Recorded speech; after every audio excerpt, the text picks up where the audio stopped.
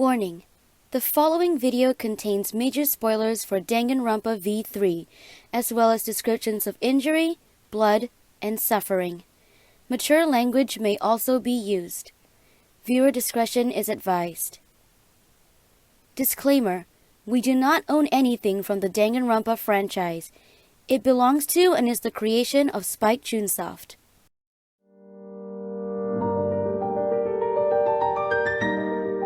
Amalgamate by Dr. Highfish.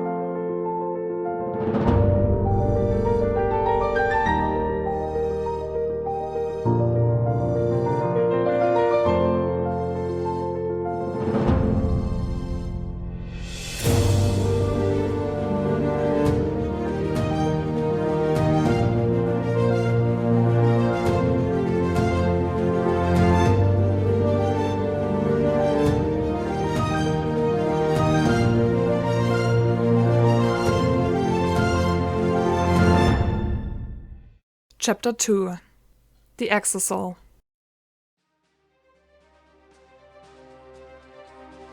Before Kokichi could even think to protest, Kaito roughly dragged the boy out from between the jaws of the hydraulic press and hoisted him into his arms. The angle was awkward, and Kaito knew he caused Kokichi immense pain by jostling the open wound in his back, but there was simply no other option. This was for Kokichi's own good, goddammit, and they couldn't afford to waste any more time fighting over petty crap. What are you? Put me down! Kokichi tried to struggle, but he was far too weak and out of breath to square away. His good arm was secured against Kaito's chest, rendering it useless, and his bad arm hung limply, almost if it was broken. Racked with pain, Kokichi gasped and curled in on himself. Kaito could feel him panting in his arms as he rushed across the hangar towards the red Exisal. Running wasn't exactly easy, given how much pain Kaito was in, however. Every movement tugged at the wound in his arm, and he could feel blood sloshing sickeningly in his lungs.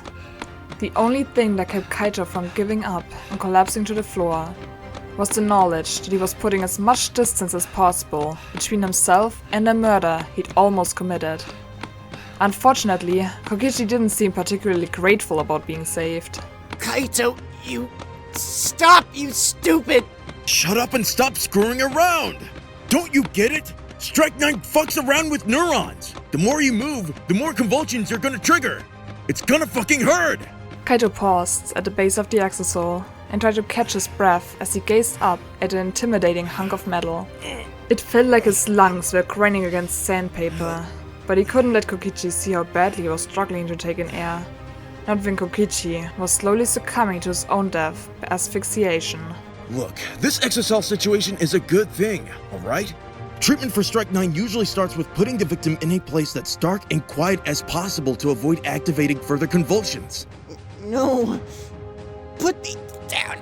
Sadly, Kaino's point was proven when Kokichi was suddenly struck by another seizure and choked pitifully on his words.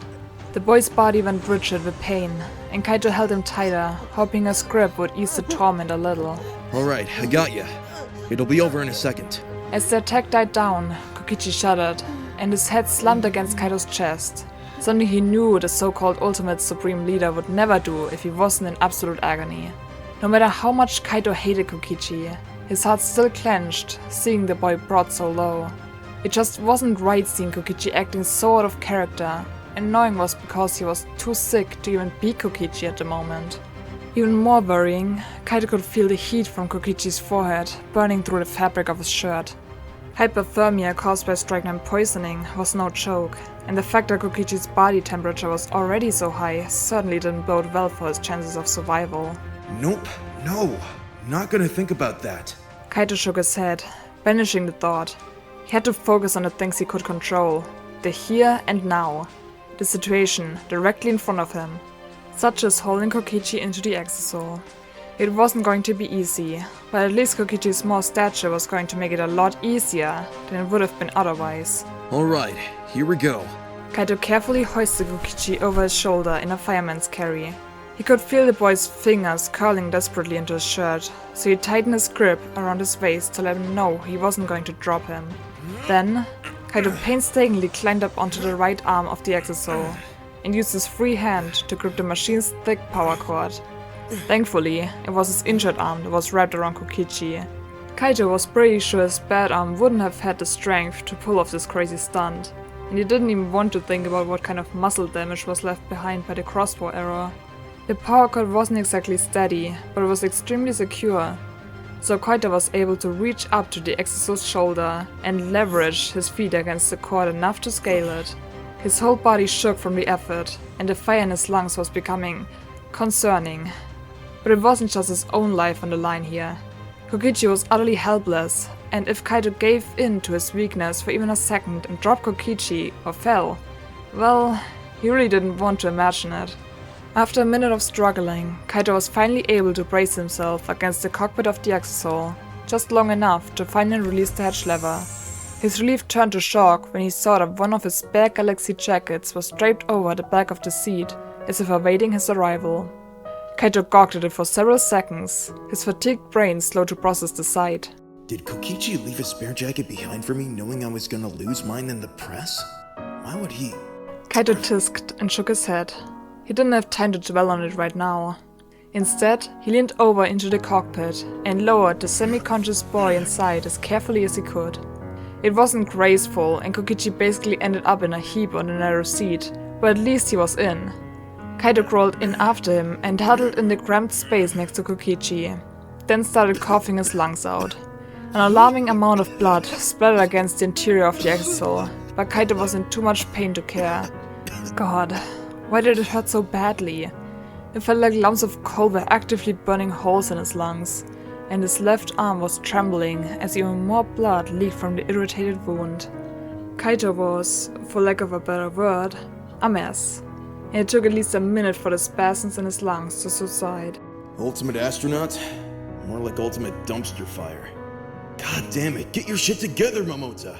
When Kaito finally opened his eyes, he saw a shower of blood sprayed across the dashboard of the Exosoul, like a Jackson Pollock painting from hell. The realization that all of that had come from inside his body was disconcerting, and the tension in the air certainly wasn't eased by the fact that Kokichi was glaring at him through half-lit eyes. You done? Kaito cleared his throat, swallowing down the last of the blood, and nodded. Yeah, thanks for the concern. If looks could kill, Kokichi would be firing lasers. Oh, sorry. I was just so overwhelmed with worry for my precious Momota-chan. Despite the sarcasm, Kokichi's eyes burned with hatred, and if not for the fact that Kokichi was obviously too weak and sick to harm him, Kaito might have genuinely feared for his life. Kokichi's eyes were practically glowing with unhinged malice. It reminded Kaito of the stark, raving lunatic Kokichi turned into after Gonda's execution. The cackling villain with a face-splitting Glasgow smile who struck Kaito down with a shockingly powerful punch to the gut. This Kokichi wasn't smiling, however. This Kokichi was shivering with a dark, malevolent energy. It wasn't just loathing on his face. It was pure disgust. No one had ever looked at Kaito like that in his entire life, like he was absolute scum. Look, I'm sorry, alright? Kaito was so taken aback by Kokichi's malicious expression that his panicked brain scrambled to push a coherent sentence into his mouth. But I'm not gonna kill you, you hear me? I'm not gonna play this fucking game! No, you're just losing the game. This isn't about winning or losing, goddammit! This is about people's lives! It's your life on the line right now! Then I hope I die, so I can take your precious Maki roll with me. Kaito clenched his fists and felt his teeth grinding. The urge to punch Kokichi was almost overwhelming, but he was never going to make that mistake again. Not now, not ever. Kokichi was baiting him. He knew that by now, and he wasn't going to fall for any of that manipulative crap ever again. Kaito wasn't going to let Kokichi turn him into a murderer or a monster. You don't mean that, so don't even try it. Kaito wiped his bloody mouth with the back of his sleeve and tried to steel himself for even more physical exertion. I'm gonna go get the script, alright? We've only got like 45 minutes left before the electro bomb wears off. I'm gonna grab some supplies while I'm at it too. Think you could stay alive for 15 minutes? Oh, of course. In fact, without you around, I'll probably start showing signs of improvement. Kaito wasn't exactly fond of Kokichi's new sarcastic persona, but he was simply too tired to snap at him about it. There were far more pressing issues to deal with. Are you lying, Kokichi? Because if you think you're gonna deteriorate in the next 15 minutes, Just go, Kaito! You've already ruined the plan, so I don't care what you do anymore. Kaito assessed the sickly boy for a moment, and Kokichi scowled back at him murderously. Yeah, that was definitely a lie. Kaito decided. He wondered, as he always did, where to draw the line in the sand when it came to trusting any of the words spewing out of Kokichi's mouth. The boy was sitting up now, and seemed to be talking steadily, but that didn't mean he wasn't putting on a show. He could be seconds from death and simply hiding behind yet another mask. As much as Kaito hated to admit it, the boy was that good. Still, there wasn't enough time left to dwell on it, so Kaito shot Kokichi one last suspicious glare and began climbing unsteadily out of the cockpit. I'm gonna close the hatch, okay? Like I said, the best place for you right now is somewhere dark and quiet. Try and rest while I'm gone, and don't do anything stupid, like throwing yourself out of the exisal. I know you're still scheming. I've got you all figured out, kid. Kokichi didn't even deign with a response, and it was hard to blame him for that, Kaito supposed. With a tired sigh, he lowered the hatch on the cockpit and locked it. He just had to break Kokichi wasn't enough of a fool to open it from the inside and try crawling out. Such a feat certainly wouldn't end well for him. I can't believe I even have to worry about something so stupid. Fuck. Moving as quickly as he could, which wasn't nearly as fast as he would have liked, but terminal illness and all that, Kaito hurried across the hangar. The utility closet next to the bathroom was where Kokichi had presumably been stashing supplies. During the time Kaito was held hostage next to a goddamn toilet, Kokichi provided him with water bottles and various packaged foods he'd been stealing from the school store. Sure enough, the room adjacent to the bathroom had a shelf fully stocked for a good week of captivity. Kokichi had clearly raided the warehouse multiple times. Ultimate Supreme Leader. More like the ultimate paranoid doomsday hoarder.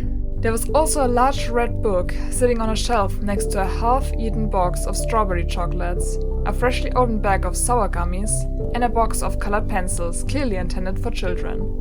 The book seemed strangely ominous by comparison, and Kaito whistled in disbelief at the size of it. Are you serious? God, when we get out of here, I'm gonna get that little brat an actual hobby. Or life. Grabbing a backpack off the shelf, Kaito stashed the red book, several bowls of water, a first aid kit, and a few random bottles of medication just in case. The next objective was to return to the hangar bathroom. Trying to ignore the grim sight of the bloody crossbow bolts on the floor, Kaito grabbed the empty antidote bottle and quickly glanced over the ingredients before setting it down. Then, he picked up the one poison-free arrow Himiko had brought him. His hands were trembling as he steeled himself for what he was about to do. This is absolutely insane. You physically can't afford to do this, and you know it. Kaito shook his head, extinguishing the thought, and whatever remained of his sanity. He knew he had to do this. He had to. It's only fair, he thought grimly. If you're gonna make Kokichi suffer for your own stupid plan, you're gonna have to suffer too. With a deep breath, Kaito drove the arrow into the open wound in his left arm and doubled over, gasping. As he pushed the bolt deeper into his skin and swiftly tore it back out, blood immediately gushed to the surface. For a second, Kaito completely blacked out, but he was awakened immediately by the sound of his own screaming. He found himself on his knees, panting and coughing wetly, the drool running down his chin, and a crossbow arrow already clattering to the floor. Shit! Kaito choked, Gotta hurry! making no effort to stem the flow of blood from either his chest or his arm. Kaito grabbed the bag of supplies and raced to the hydraulic press. Staggering from pain and with a horrible buzzing sound in his ears, Kaito leaned his shoulder against the machine and stuck his arm inside so that his blood poured onto the gleaming metal. He needed to leave a thick trail running perfectly along the edge so that when he dropped the press, Kaito shuddered, trying not to think about it. He was so tired of blood and sickness. When he felt like he'd pass out if he lost any more blood, Kaito stumbled away from the press and pulled some gauze out of the first aid kit in the backpack. Shaking as badly as he was, Kaito did a pretty haphazard job of wrapping his injured arm. Unfortunately, time was of the essence, because very soon the electro bomb was going to wear off. Groaning in pain, Kaito half walked, half dragged himself up the stairs to the upper deck of the hangar. Then, with a shuddering sigh, he finally pressed the recording button on the camera and punched his other hand against the button to bring down the press once and for all. He watched, utterly nauseated, as the slab of metal slammed shut with a sickening screech, and the trail of blood he'd left along the seam splattered across the floor. Kaito knew the effect wasn't as convincing as it might have been if there had been an actual body inside the press, but we came so close to doing it. he realized with a shudder. Good God. I came so close to killing a fucking child today. He couldn't stop thinking about it. Like a nightmare he thought he should have woken up from by now. He'd almost dropped a hydraulic press on a living, breathing human. That blood could have been... It had been so close to happening. Kaito finally had to look away from the machine. He couldn't stop imagining Kokichi's tiny body bursting inside the press, organs collapsing into a slurry, an entire human being reduced to nothing but sick horror movie gore. I almost did it. I almost killed a human being today. I almost killed Kokichi. And I would have done it. Kokichi knew I'd do it if he could convince me. What does that even say about me? What kind of person am I that Kokichi truly believed I would murder him? What does it say about me that he was probably right? Kaito leaned against the railing and chewed on his lip. Is that really the impression Kokichi had of me? I know I hit him a few times, or tried to, but I didn't think I came across as someone capable of murder. And yet... Kaito's eyes widened. Good God. He must have seen me gather the weapons for Maki's lab. Did he think I was planning to kill him with those? Was Kokichi scared of me this whole time? Is that why he locked me in the hangar? Because he thought I was the one who was going to start up the killing game? Kaito remembered the way Kokichi bolted out of the room the first time he threatened to punch him, but surely the boy hadn't taken him seriously. You punched Shuichi in the face, you idiot. Hard enough to knock him on the floor. Of course Kokichi ran away when you raised a fist at him. Some hero you are. Oh God. Kaito stared at his trembling hands, at a layer of fresh blood glistening atop the layer of dark, dried blood beneath it. Kokichi was scared of me, and I kept proving him right over and over. But he gave me so many reasons to go after him. He's been such a little shit. Such a fucking asshole. Maybe that's because he was afraid of you. Said a softer voice at the back of Kaito's mind. No, not this time. Kaito decided, clenching his hands into fists. This time, I'm gonna save a life. I'm gonna save everyone's lives. I will never make anyone, not even Kokichi, look at me with fear in their eyes ever again. Shaking away his dizziness and the sour feeling in his stomach, which may have been blood and may have been guilt, Kaito headed back down to the lower level. Doing his best not to look at the hydraulic press or the blood all over the floor, he made his way around the back of the machine, wrapping his arms around the thick power cord, and tore it from the wall. Sparks rained down upon him as he threw the cord onto the floor and glared as it gave a final twitch and went dead. Kaito didn't think he'd ever felt so relieved in his entire life. The press was sealed shut and it could never again be opened. No one in the trial would be able to prove a murder hadn't been committed, and whatever murder Kaito had nearly committed, well, it could remain inside a dark vault forever. He hoped it was a secret he could take to his own grave. Speaking of which, he needed to get back to the Exosol and quickly. At least 15 minutes had passed, and Kaito never felt comfortable unless he had his eyes on Kokichi. The ultimate supreme pain in my ass. Kaito stumbled, exhausted, in the direction of the Exosol, as hot blood seeped across the gauze right on his arm. Climbing back up into the Exosol in such a state proved to be a horrendous task, and Kaito had to stop and rest against the cockpit for a moment, coughing painfully into the sleeve of his shirt before finally releasing the hatch. He expected, maybe even hoped, that Kokichi would immediately pitch some snide remark in his face. But instead, he found the boy slumped against the side of the cockpit, utterly motionless and pale as death. For a moment, Kaito felt his heart stutter to a complete stop before he noticed Kokichi's bare chest, slick with sweat, was rising and falling in quick, shallow breaths.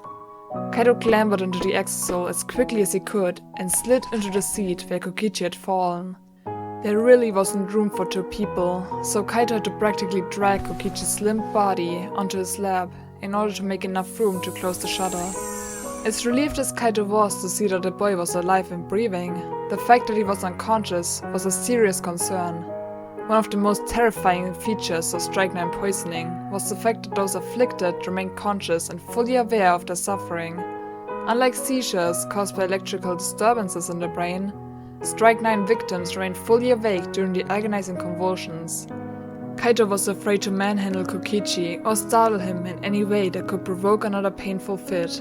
But when Kokichi didn't respond to his touch, Kaito fearfully pressed 2 fingers against Kokichi's throat and felt his pulse racing at an alarming speed. Shit.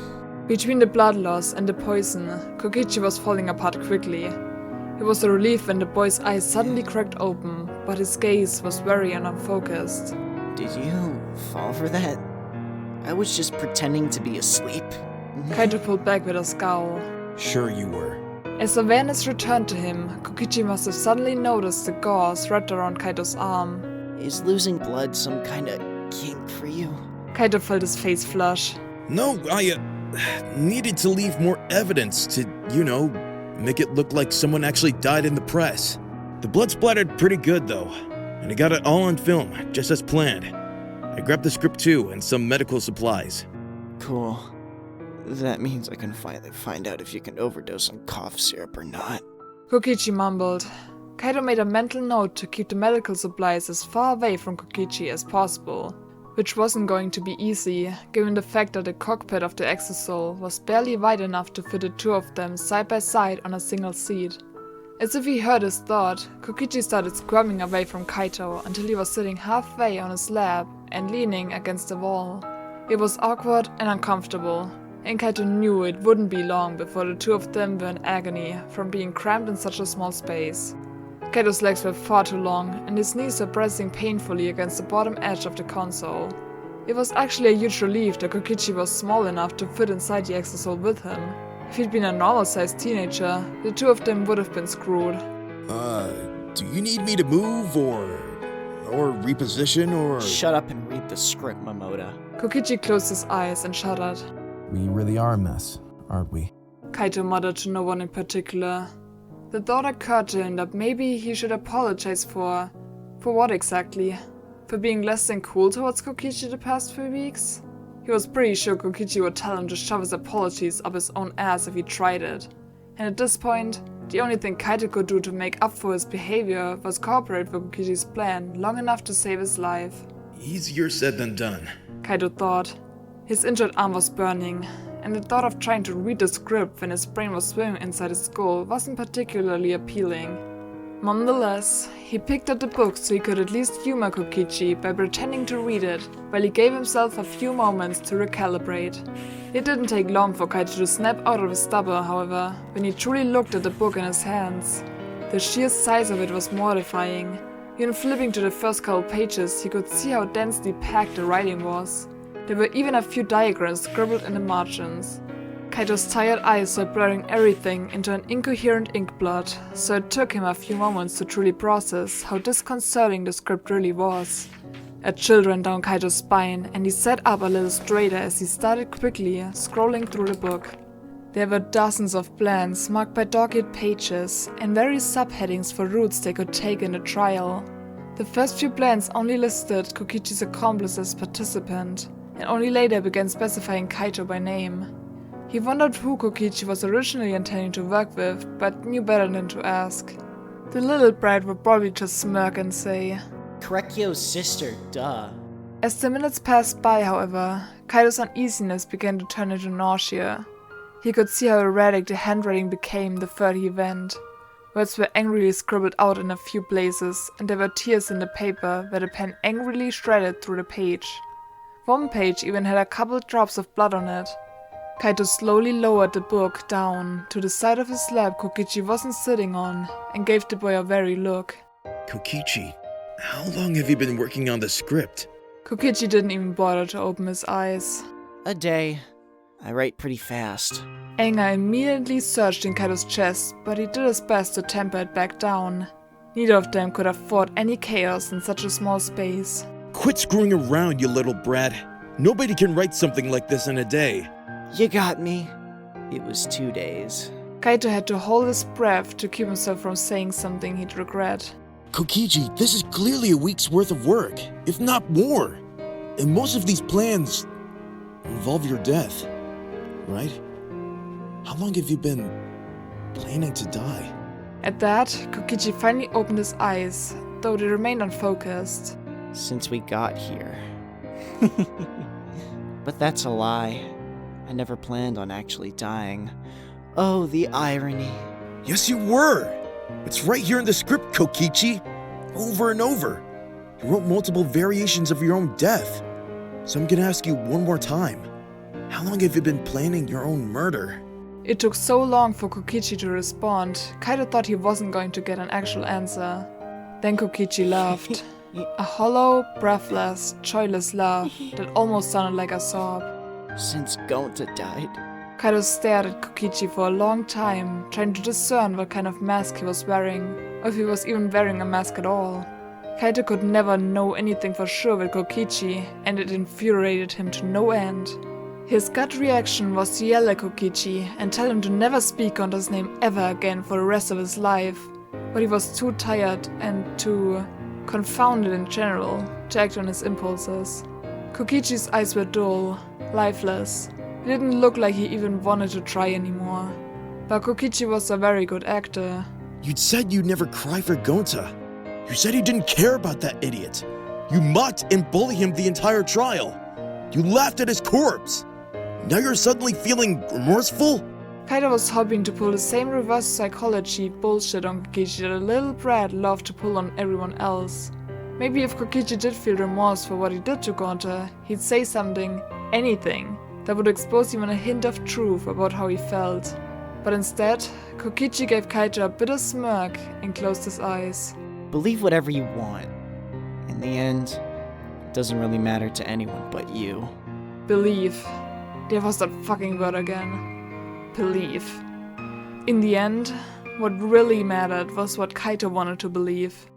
Looking at the sickly boy crammed into the cockpit beside him, Kaito wondered if he'd ever really wanted to believe Kokichi.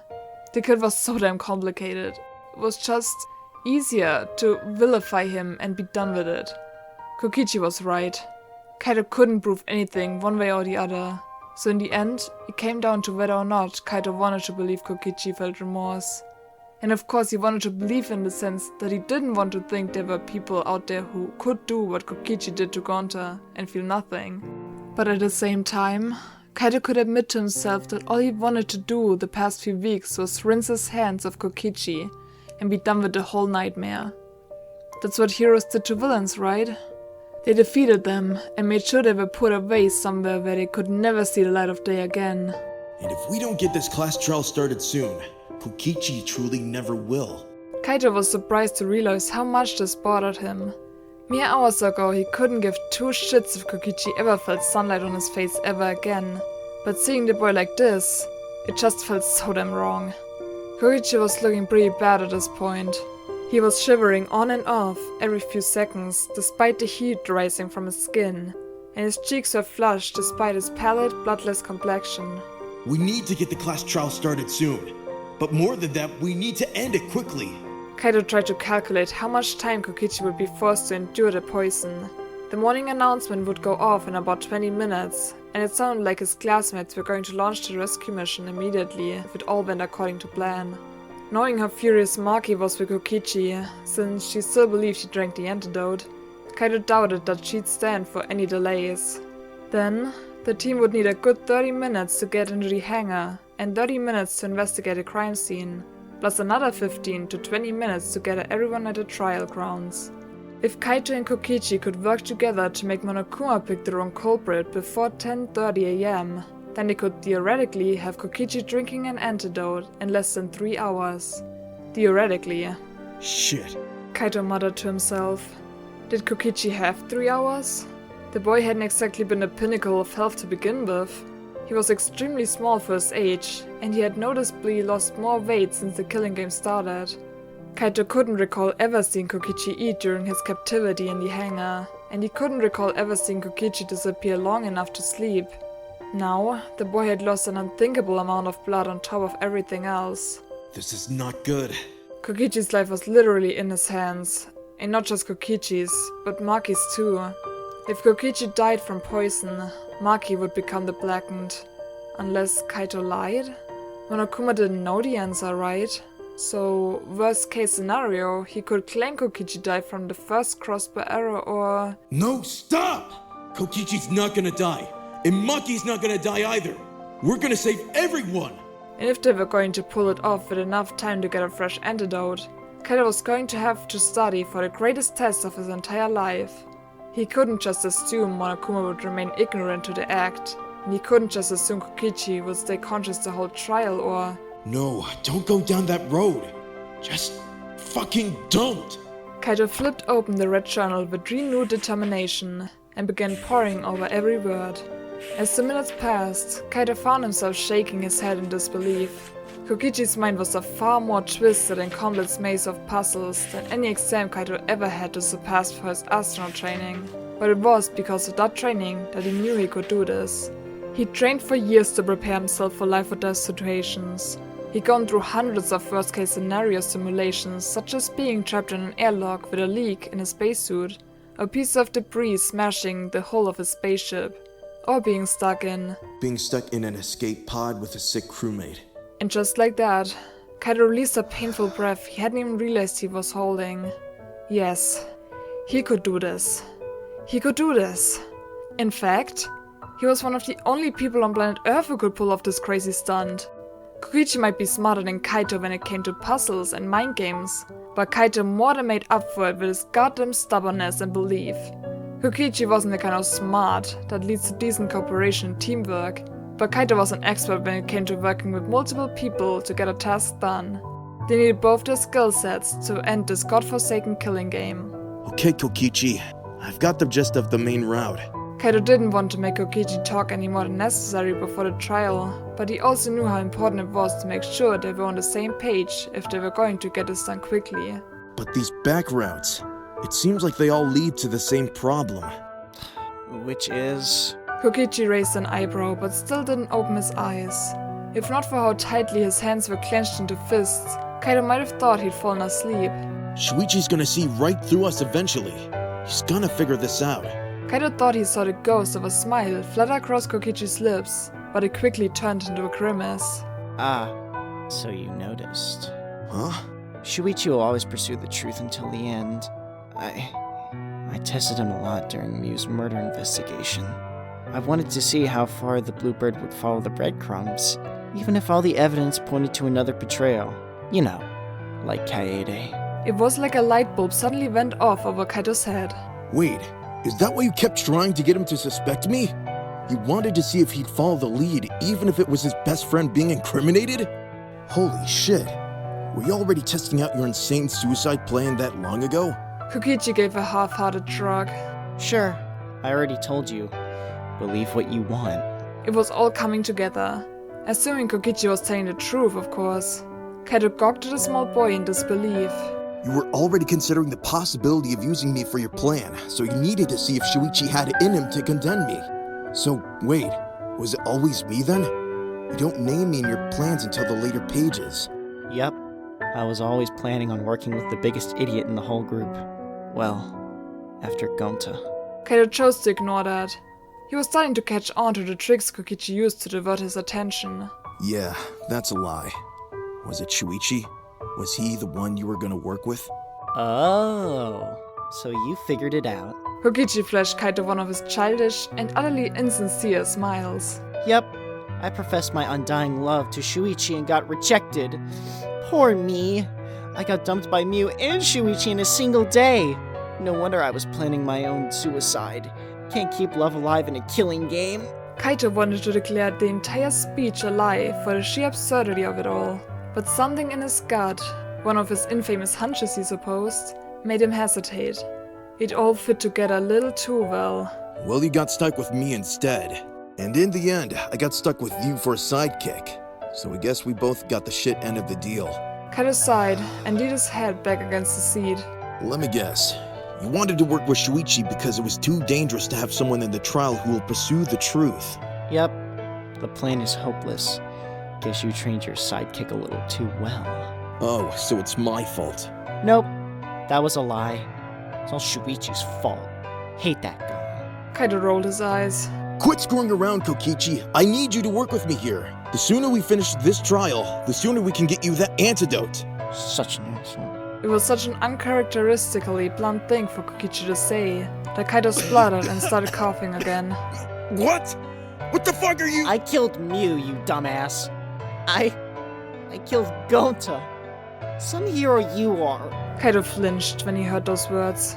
Kokichi, that little beast, must have known he'd get that reaction, because he finally cracked his eyes open. Kokichi knew those words would cut Kaito deeply, and he wanted the satisfaction of seeing him hurt.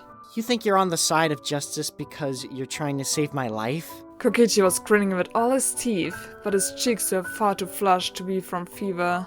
The boy was furious. Look at you, spaceman, trying to save the villain. Some fucking hero! Now you've gone and gotten Maki killed by proxy. Same way I killed Mew and Gonta. The words hurt. They really did. It felt like Kokichi had shoved a knife in Kaito's heart and gutted it ventricle by ventricle. But when Kaito looked into Kokichi's eyes in the dim, miserable cockpit, he didn't see a supreme leader of evil who said cruel things for his own sadistic entertainment. No, Kaito saw something else in Kokichi's eyes. Something dark and sad, and perhaps a little desperate. He saw the hollow eyes of yet another victim of the killing game. Kaito knew that look because he saw it in his own eyes every time he looked in the dull, foggy mirror in his bathroom. Kokichi wasn't dead, but there was death in those eyes. The death of the person Kokichi might have been before the killing game started. There was a version of Kokichi who watched the lives of his classmates get snuffed out like candles until no light remained. And then, that Kokichi had died. And none of us even noticed. Kaito remembered the Kokichi he met weeks ago. The playful and mischievous Kokichi, who fluttered about the halls of the academy like some mythical trickster deity. He remembered the Kokichi who used to ride on Gonta's shoulders, laughing gleefully as they went hunting for bugs. He remembered the Kokichi who cheered for Ryoma in the casino, whooping and hollering like it was the most entertaining thing he'd ever seen in his life. He remembered the Kokichi who managed to make Hirumi of all people play tag like a child. It was only a week ago when Kaito saw Kokichi playfully doodling ray guns in the dining hall with Mio and giggling like a schoolgirl as he taught Chuichi how to play some obscure card game. Looking at Kokichi now, it was hard to reconcile a childish little troll with the crazed, paranoid Kokichi who kidnapped him and locked him away in the accessible hangar with a hoard of weapons and a book of suicide plans. It was hard to even recall the old Kokichi when staring into the hateful eyes of the sickly boy who twitched and shivered with flecks of dried blood on his face. Seeing this Kokichi, Kaito wondered if the boy ever truly enjoyed the killing game, because looking back on it now, Kaito didn't think it was possible for the old Kokichi to end up like this if he'd been having fun. This Kokichi looked like an absolute wreck, and not because he was dying from poison and potentially losing the game. No, there was grief in those eyes. And the kind of rage that changes a person into someone unrecognizable. When did the other Kokichi die? Kaito wondered, but deep down he already knew the answer. Kokichi had just admitted it, hadn't he? And for once in his life, Kaito actually listened. Once upon a time he might have lashed out in anger at Kokichi's hurtful words, but instead, he just felt sad. He felt loss, which wasn't the way he ever expected to feel about Kokichi. Maybe it's because I'm dying too. And I'm tired of being angry. And I'm tired of hating. And I'm just so tired of this fucking game. You know, you made a promise to Gonta. Kaito said softly. Kokichi's maniacal smile remained frozen, but his eyes narrowed. Huh? Before he died, his last wish was that we all stop blaming you and forgive you for what happened. He wanted us to become friends, and you told him you'd try. You promised him, actually. Kaito shook his head frustrated. But I can't be mad at you for breaking that promise, because I guess I broke mine too. Even if I did technically promise, I still disrespected Gonta's final request, because I never stopped blaming you, or hating you. And your point is? Kokichi was peering at him with those goddamn probing eyes of his. Those eyes that felt like blades peeling back his skin and scrutinizing his soul. Kaito released a heavy sigh and tried to ignore the hot blood bubbling in his lungs. The point is that you're right, even if you're always a brat about it. If I'm really on the side of justice, or whatever, then that starts with actually honoring Gonta's memory. And that goes for you too. You want to make up for what you did to Miyu and Gonta? You want to make peace with your sins?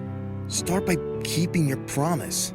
Help me help you end this killing game. Work with me for once, Kokichi. Stop fighting me and stop trying to push me away. Stop saying things you know will make me hate you. You fucked up, alright? And so did I. But what's done is done. People are dead, but no one else has to die. And that includes you too. Gonta wouldn't want you to die for this fucking game, alright? He died so you could live. Don't waste that life he gave you. Kokichi's expression shuddered and went blank. Kaito's stomach fell. He hated when Kokichi had a dull, neutral look on his face. It felt so wrong. Like a curtain had been pulled aside and he was seeing something he wasn't supposed to see behind it. Kaito braced himself for the inevitable snarky comeback. And sure enough, Kokichi rolled his eyes and said, Wow, Kaito! Did you practice that stupid Braveheart speech in front of a mirror? Gonta should consider himself lucky he died before he had to listen to that crap.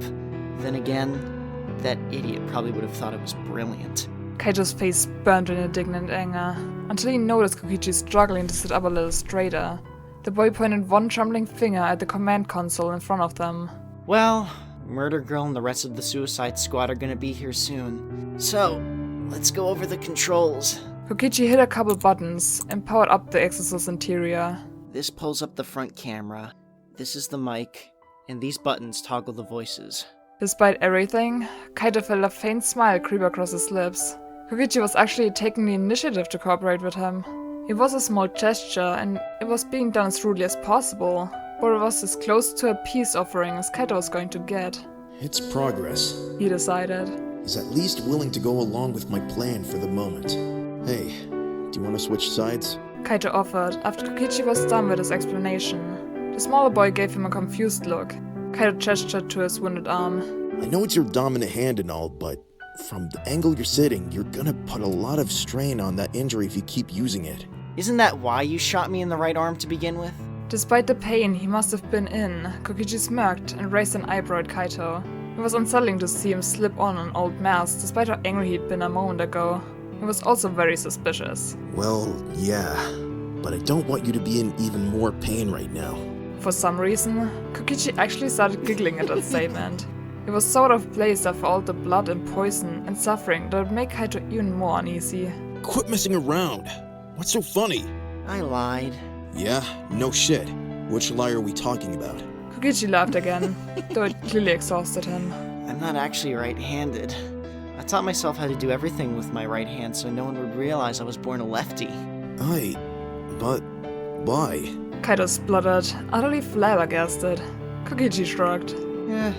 Being ambidextrous is pretty useful. People don't expect it, you know.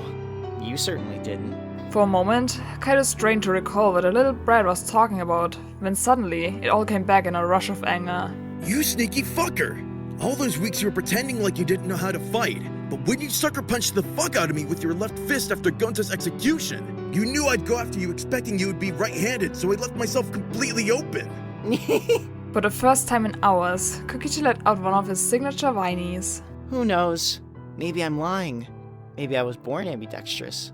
Maybe I'm right-handed, but I trained myself to be good with my left. You'll never know. With a frustrated sigh, Kaito scrubbed his own hands through his hair and tucked until his scalp felt raw. I'm never gonna survive a class trial trapped in the Nexus Hall with you. This is some kind of hell. I died days ago and now I'm trapped in hell. Kokichi rolled his eyes. Quit being so overdramatic, Astro Boy. We've still got a lot to go over, so listen up. He coughed and took a deep breath before continuing. We can't afford to fight over the console during the trial. So rule 1, only the person talking is allowed to pilot the exisal. That way, the gestures will look more natural. Makes sense. Rule number 2, don't take over the mic unless I give you the signal. What's the signal? I'll scream Bukkake as loud as possible. What? Kokichi gave an over-the-top sigh, though it was lacking his usual vigor. Jeez, Kaito, I'm lying. You literally never learn. Just tell me the damn signal!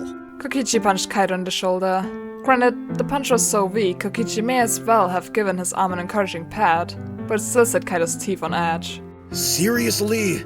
Seriously, I would never lie to you about something like this. Ugh, you know what? Whatever.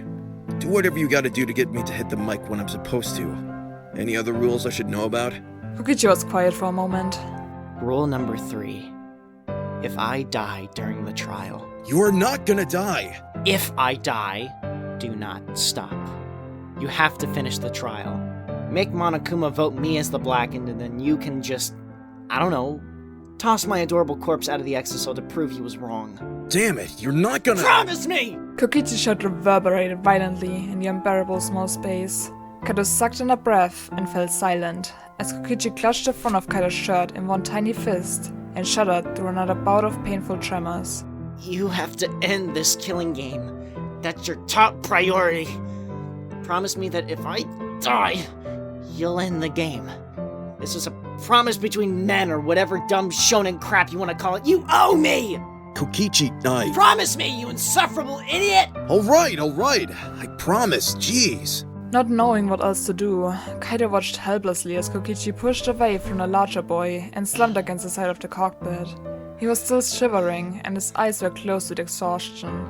By this point, most of his hair was matted with sweat.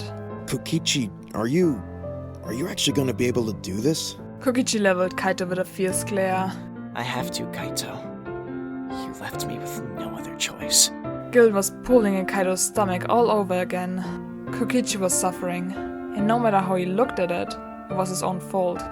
But if they could pull this off, Kokichi would not only stop suffering, he'd also be alive. Just focus on that. Kaito told himself over and over. Just focus on ending the trial. It was a good thing he was feeling focused, because suddenly, a familiar laugh echoed across the hangar. The mere sound of it caused Kaito to clench his teeth, and all the hairs on his arms stood on end. Even Kokichi must have been taken by surprise, because he jolted suddenly and hissed in pain. Kaito wanted to put a hand on the boy's shoulder to calm him, but he didn't think it would be well received in the current situation. Well now, this is quite the pressing situation. Looks like someone really flattened the competition. Monokuma cackled as he approached the base of the Exisal. That's mighty clever of you, culprit, to hide inside an Exisal. Even though this moment was inevitable, Kaito felt as if his brain short-circuited, and he had absolutely no idea what to do. Thankfully, Kokichi had a plan phone in half a nanosecond and hit the mic without hesitation. Oh? Have I been caught already? How'd you know I was hanging out in the Exisal? Kokichi spoke in a cheerful, happy-go-lucky voice that didn't slightly betray the sweaty, shivering wretched state he was truly in. Kaito had to admit, he was seriously impressed. Monokuma snorted and tossed his head in a way that might have been an eye roll if he'd had normal eyes. Damn arrogant teenagers! What kind of fool do you take me for? This hunk of junk is obviously running. The Monokums are dead or whatever, so the only way an Exisal would be operating independently from the others is if it's no longer on autopilot. You know, as in, there's someone actually piloting it? Kokichi broke his own rule immediately by elbowing Kaito aside and hitting the voice changer. Kaito found it surprisingly eerie hearing his own gruff voice suddenly emanating from the Exisal, and was even eerier hearing Kokichi impersonate him so perfectly. Yeah, looks like you figured me out. Sorry, I was just messing around with the voice changer. I've piloted all kinds of ships in astronaut training, but I've never been in a cockpit quite like this one before. Huh? You killed someone and your first thought was to press a bunch of buttons? Monokuma put a paw to his mouth and tilted his head to the side. If he was surprised to hear Kaito's voice despite the cold sleeve hanging from the hydraulic press, his expression was frustratingly unreadable. Huh? Well, yeah. Kokichi turned Kaito's said with a total nonchalance. Call it a man's curiosity. Besides, that bastard Kokichi wounded me pretty good. So there's not much else I can do in here at the moment. I see. So you're not coming out then? How interesting! Kaito held his breath to keep from panicking. Was Monokuma actually going to allow this? He still had all the power here, even if Kokichi managed to bring him down a few pegs. If he wanted to, Monokuma probably had a way to force the Exisal open, or he might just blow the whole thing up, citing a rule violation. Kokichi must have had the same thought, because he quickly hit the mic and continued his Kaito charade. I can't, man. That son of a bitch messed me up good. Besides, I don't think I can face the others yet, knowing what I've done. I didn't want to kill Kokichi, but we fought and he was armed and he left me no other choice. Kokichi pursed his lips for a moment. He looked sick from exhaustion, but somehow, he still found the strength to continue his act. Kokichi had one last request before he died, though, and I want to honor that. It's the least I can do for taking his life, even if he was a total piece of shit. This is the only way I can make amends for what I've done. Huh? Monokuma tilted his head again. Why do you care what that disappointing little brat wanted? He's dead, Jim. Kaito was torn between being offended by the Star Trek reference and being startled by the way Kokichi flinched at Monokuma's words. The boy quickly shook it off, but he was noticeably clutching the control sticks more tightly than before. Hey, he might have been a brat, but he was still a human being. A man's got a duty to honor the last wishes of his fellow man. All right, so get on with it already. What do you want? Inside the exo, a dry, humorless smile spread across Kokichi's lips. It made Kaito's skin crawl. He wanted me to make his murder trial as entertaining as humanly possible. I see. And how, pray tell, are you gonna do that? With a tired flourish, Kokichi hit the main mic so that it was his own voice once more emanating from the exo. Well, don't you think the trial would be way more interesting if those idiots have no idea who the culprit or the victim is? Kaito raised an eyebrow at Kokichi. Holy shit. That's a good lie. Aha! I see. So that's your gimmick. Well, that's certainly sadistic. Guess I shouldn't expect any less from the ultimate supreme leader. I know, right? It was disturbing to see how utterly blank-faced Kokichi looked inside the exo, despite how humorous his voice sounded out in the hangar. Has his humor always been an act? Think how high we can raise everyone's hopes. Just to dash them onto the ground like a dropped birthday cake when they realize what's really going on. For some reason, Monokuma started cackling hysterically, and his red eye began glowing with a malicious light. Hope, you say? Well, so long as the trial's entertaining, I'm certainly not gonna interfere. At the very least, this calls for some courtroom redecorating. I'm thinking something real old school. You know, like from the actual old school? Perhaps a chessboard theme. Kaito felt his anxiety level shoot through the roof. Shit, Monokuma's just humoring us. He knows he's talking to Kokichi and he wants to prove it before the trial starts. If Monokuma thought he could get the ultimate supreme leader to slip up, however, he was in way over his head. Kokichi let out a delighted laugh. Sounds good to me. This is a game after all. Then he switched back to Kaito's voice. Pretty good impersonation, huh? I had that punk figured out from the start. But I bet Shuichi will see right through it. I wouldn't expect any less from my sidekick. Monokuma sniggered, but there was something dangerous in his voice now. Sure thing, Rocket Man. Anything else I should know? Yeah, that crazy bastard filmed his own damn murder. Caught me red-handed, the little shit. Kokichi grasped the control sticks inside the exo with shaking hands and steered the robot into pointing towards the hydraulic press. Kaito felt helpless as he watched a bead of sweat roll down Kokichi's forehead from the effort. I didn't even know the damn camera was rolling. I don't know what Kokichi was planning, but whatever. It doesn't matter now. I left the camera over there, above the crime scene. You can go ahead and run it through your computers or whatever. It's not edited or anything. Roger that, culprit. Monokuma gave them a salute. Well, that's that. After the investigation, head on over to the Shrine of Judgment. We'll start the trial without you. You know, to really marinate the mystery. You'll just wait for your cue to appear. Got it? Kokichi switched back to his own voice. Woohoo! I can't wait! This is gonna be so much fun! I'll say, I can't wait to see what kind of despair will befall this academy. And with that, Monokuma was gone. Kaito was shaking from nerves and wanted nothing more than to slump back against the seat. But Kokichi quite literally slumped over from exhaustion as soon as the ordeal was over. Vicious tremors were racing through his body, and his eyes rolled back for a moment, as if he was about to pass out. Shit! Are you okay? Kaito reached towards him, but Kokichi shrugged him off. There's that damn word again. What word? Despair. Kokichi closed his eyes and tried to catch his breath. Maki kept calling me a remnant of despair, whatever that means. Monokuma's BS proves what I was saying, though. The mastermind did something to convince Maki she had to kill me. Yeah, seems like it. Maybe we'll figure out what it was during the trial. At least that conversation proved that Monokuma doesn't know we're both in this exisal. He was definitely trying to bait you into revealing your identity. Yup. I thought maybe Monokuma had a way of monitoring us that wouldn't get knocked out by the electro bomb. But if he's holding a class trial and couldn't definitely say which one of us he was talking to, then it seems like he genuinely doesn't know. Whatever. Kokichi tiredly waved his hand in the air. Everyone will be here soon. Go back to studying for your graduation exam. My what? Oh, the script. Right. Before that though, I just wanted to say, Kaito awkwardly ran his fingers through his hair. I can't believe I'm about to say this. That was really impressive, what you just did. Kaito nearly gagged. Complimenting Kokichi made him feel sick. Well, sicker than usual. What? Pretending to be you? It was easy. I just said the dumbest, emptiest, most vapid protagonist bullshit I could think of. No, asshole, I meant the lie. That was really clever. That's 'cause you're stupid. Kaito was about to protest when Kokichi hummed thoughtfully to himself. But at least you're not boring. You say that word a lot. But whatever, I'll take it. You're not boring either, kid. Kokichi's eyes snapped open, and for a moment, it looked like he wanted to say something. But then he just sighed tiredly and went back to his previous state of semi-conscious shivering. Trying to shake off the unpleasant anxiety still lingering from the encounter with Monokuma, not to mention the fear of the impending trial, Kaito returned to the red book in his lap. He knew he could rely on the skills he'd learned from astronaut training to memorize every last word of each route.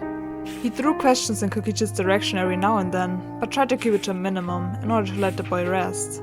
The less Kokichi moved, the slower he'd succumb to exhaustion from the poison.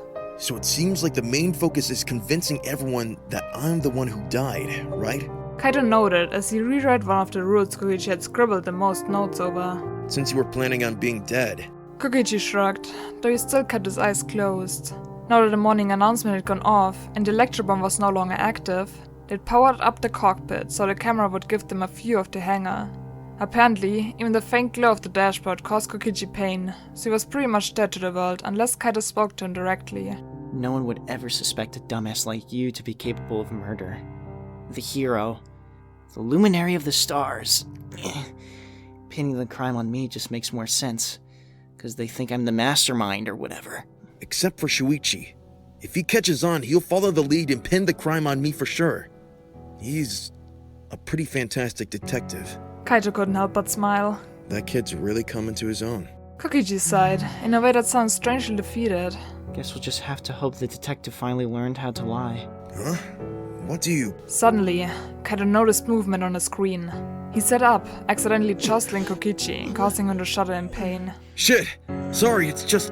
They're here! Sure enough, even from the poor vantage point, the two of them could just make out Shuichi, Maki, Himiko, Kibo, and Tsumugi gather around the hydraulic press with looks of absolute horror on their faces. Shuichi seemed frozen in shock, staring at the sleeve of Kaito's coat hanging from the jaws of the machine like a chewed tongue. Kaito leaned forward, trying to get a sense of how Maki was dealing with the situation, but it was hard to tell. Their voices were too quiet to be heard from across the hangar, but she definitely looked Cold. Kaito thought. Like someone's torn out her soul. She definitely didn't tell them what happened. Otherwise, they wouldn't look so shocked. Yep, she thinks she's the Blackened, and she'll die if she confesses. Yeah, I know. It's just... I was hoping she'd rise above this. Don't you get it, Kaito? There was venom in Kokichi's voice. You don't know her. The people you trust will always betray you. What are you saying? She's trying to throw the trial, you idiot. Just like I predicted. She's gonna try to kill everyone at the trial just so she can finally kill me. Kokichi paused to take a few breaths, but when he spoke, he sounded no less angry. As far as Maki knows, she killed you, not me. But rather than taking responsibility for the fact that she resumed the killing game and killed you, she wants to murder everyone in the academy and walk away. I just don't think Maki-Roll will take it that far. Kaito wished his voice carried more conviction. Your precious Maki-Roll is an assassin, you moron! This is who she is, and this is what I was trying to fucking warn all of you about. But you were all too stupid and trusting and... Kokichi suddenly cut himself off with a hiss. He was shaking, fists clenching with genuine anger. It looked like he was trying to slip one of his more apathetic masks back on, but was simply too sick and too furious to pull it off. It was strange seeing Kokichi lose his composure like some kind of flesh and blood human. It always felt like a final boss in a video game or some immortal plot device meant to eternally torment them. But no, Kokichi was just like the rest of the students in the end. And finally, after so many weeks of coughing up blood and lying and coughing up more blood, Kaito thought he might finally understand. Pain and fear had turned him into a liar, just like Kokichi. And if that's what drove Kaito to act so contrary to his beliefs, then was it possible that Kokichi... It's not who she is. And you of all people should get that. Desperation makes people do crazy things. It makes you hurt the people you care about. But if you think the true nature of a person is who they are when they're out of their mind with grief and terror, then by those standards we'd all be monsters. And Kaito hesitated, avoiding Kokichi's burning stare. I don't think Maki's a monster just because the killing game finally drove her back into the darkness. And I don't think you really are the monster you want everyone to think you are either. Kaito's eyes widened as he said those words. When did I start thinking that? Look, I know I treated you like a horrible person for what you did to Gonta. And I still don't forgive you. But the monster who did that to Gonta, that's not really who you are, right? Like, I get it. Mi was trying to kill you and you were probably pretty scared. Shut up! Kokichi's chest was heaving, and his cheeks were flushed with rage. His eyes seemed strangely wet, almost as if he was holding back tears. Kaito wanted so badly to argue, but he was afraid to upset Kokichi even further when he was already so sick. Instead, he sighed, shaking his head, and turned back to the display of the hangar. Fine. If Kokichi didn't want to talk, then so be it.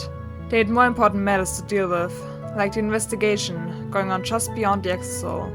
It was hard to watch. Shichi looked absolutely devastated, and whatever their friends discussed after that apparently didn't go well, because it seemed like everyone in the hangar was fighting. In fact, Maki stormed off, arms crossed, and refused to even look at their classmates. Himiko was yelling at a startled Shuichi, Tsumugi looked like she was about to cry, and Kiba had fled the hangar entirely. Kaito could just barely hear him saying something about feeling sick. Robots can feel sick? I hope we didn't mess him up with that electro bomb. It was agonizing to watch Shuichi growing more and more distressed as he emerged from the bathroom holding the crossbow bolts and the antidote bottle. He stashed them next to the black carrying case Himiko brought to the hangar, and Kaito cursed as he realized he may have thrown unnecessary suspicion on her by getting her involved. No wonder they're fighting. They're all suspecting each other. Good. Said Kokichi, startling Kaito. The more they fight, the more it'll muddy the waters during the trial. Yeah, I suppose. But I hate seeing them like this. Eventually, Shuichi left, saying something about wanting to double-check some of the ultimate labs. Kaito grit his teeth in frustration. God damn it, Kokichi doesn't have time for this! We need to get on with the trial! You're so annoying.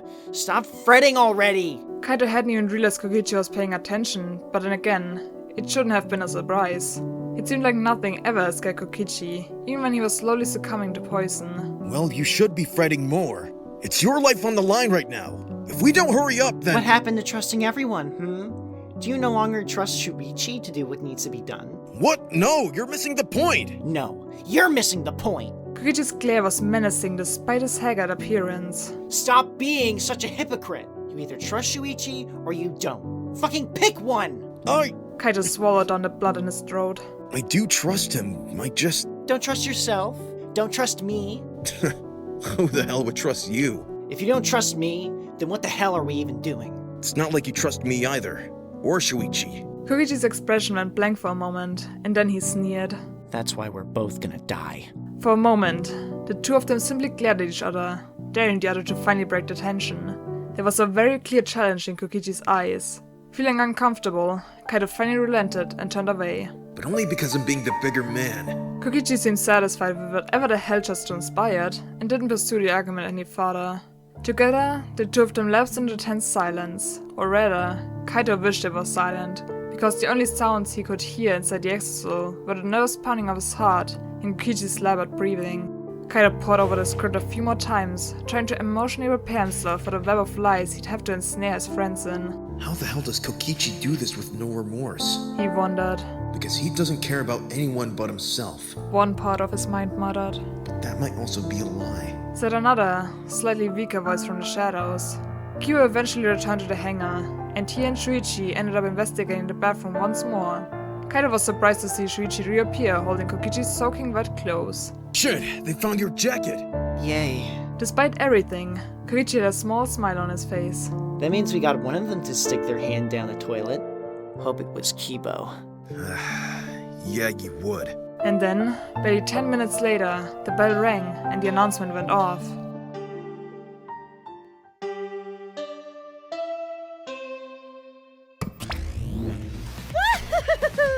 It's about that time! That's right! It's time for the class trial, where hope and despair meet head-on. Please proceed to the Shrine of Judgment in the courtyard and head to the trial grounds. Everyone needs to be there. Got it?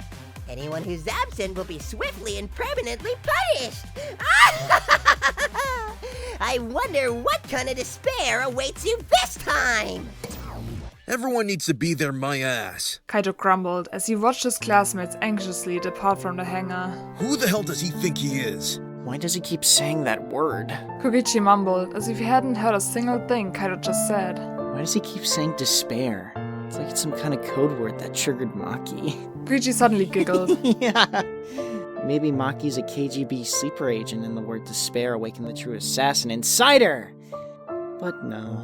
Kokichi's face fell. If she was ex-KGB, I'd know about it. You know, being a supreme leader and all. You're seriously still going on about that? Kaito rolled his eyes. Can't you take anything seriously?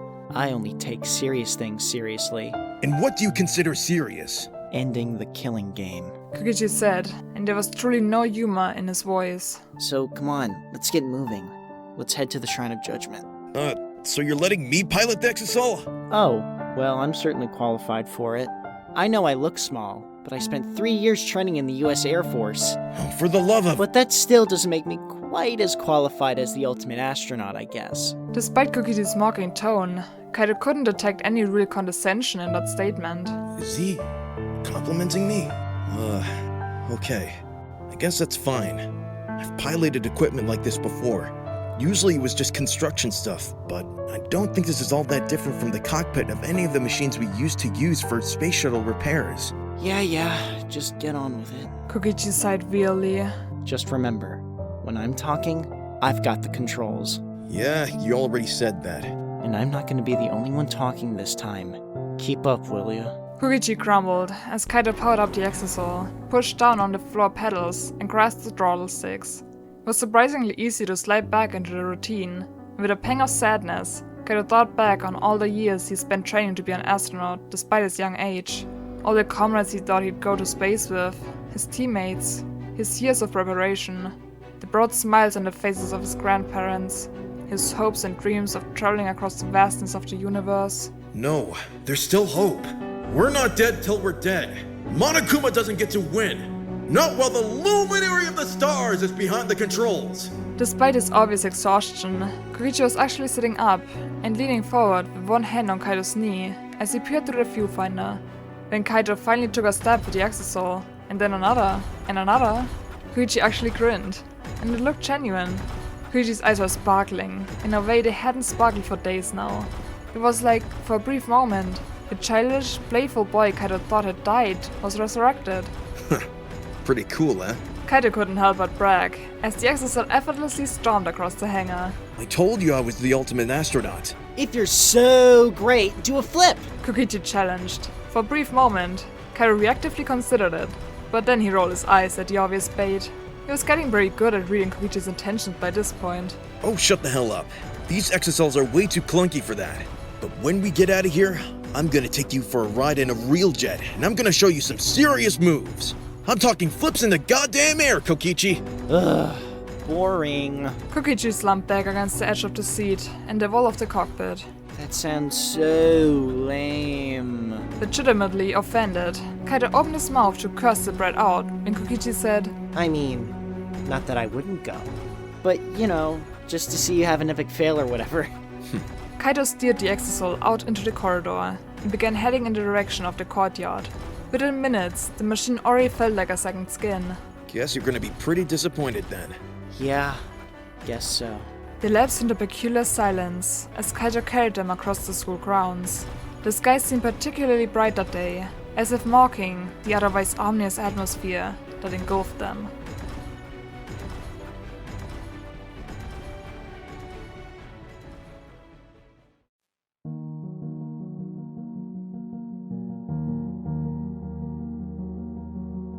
Things seem unsteady, but we're getting ready to face anything that may soon come our way.